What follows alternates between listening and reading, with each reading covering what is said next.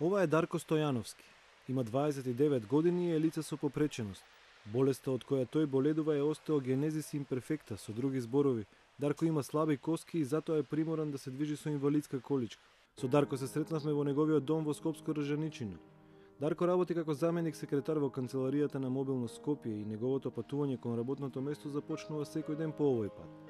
Тој патува по 1 час и половина со автобус, а потоа уште 15 минути со инвалидската количка стига до неговото работно место.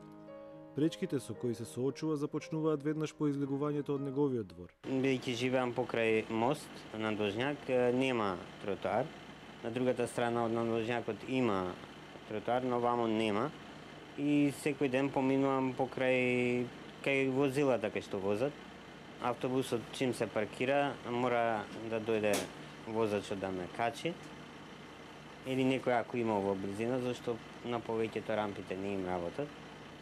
Не на повеќето, скоро на сите.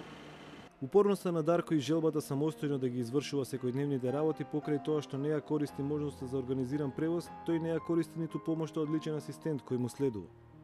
Неговата болест бара од него да биде физички активен и тој покрај вежбањето и пливањето ја користи патеката од последната постројка до неговото работно место за одржување кондиција.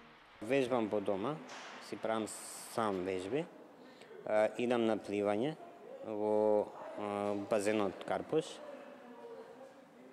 и тоа и што се движам низ улиците. А движењето по улиците е еден од проблемите со кои тој се соочува секојдневно. На шега вели дека оваа негова физичка активност е активност со пречки. Проблем се тротоарите.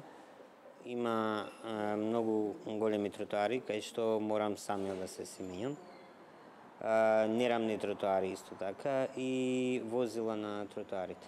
Често пати кај што нема ни тротоар, а и тротоарите се многу високи, кај што не можам да се качам, идам по улица и обично нема многу проблеми, но возилата мора да се тргаат кога ја идам по вакво, по патот. Дарко се жали и на инвалидската количка која ја користи. Таа е многу тешка и е наменета за домашни услови. Ја добива бесплатно од државата на 5 години. За количка за надворешни услови треба да се доплати, а доколку се расипа нешто, сам ја поправа. Отидов за тркалца на количката да земам нови и кога побарав тркалца ми рекоа дека не може само тркалца, дека мора целата вилјушка на тркалцето да ми ја дадат. И ми рекоа една вилјушка со се тркалце 3000 денари чини. А ја имам уште 1 година, бидејќи поминаа 4 години од како ја земав количката, имам уште 1 година, си реков да ќе издржат уште 1 година тркалцата. Непристапноста на старите автобуси за неговиот хендикеп биле причина Дарко дури сега да го завршува средното образование.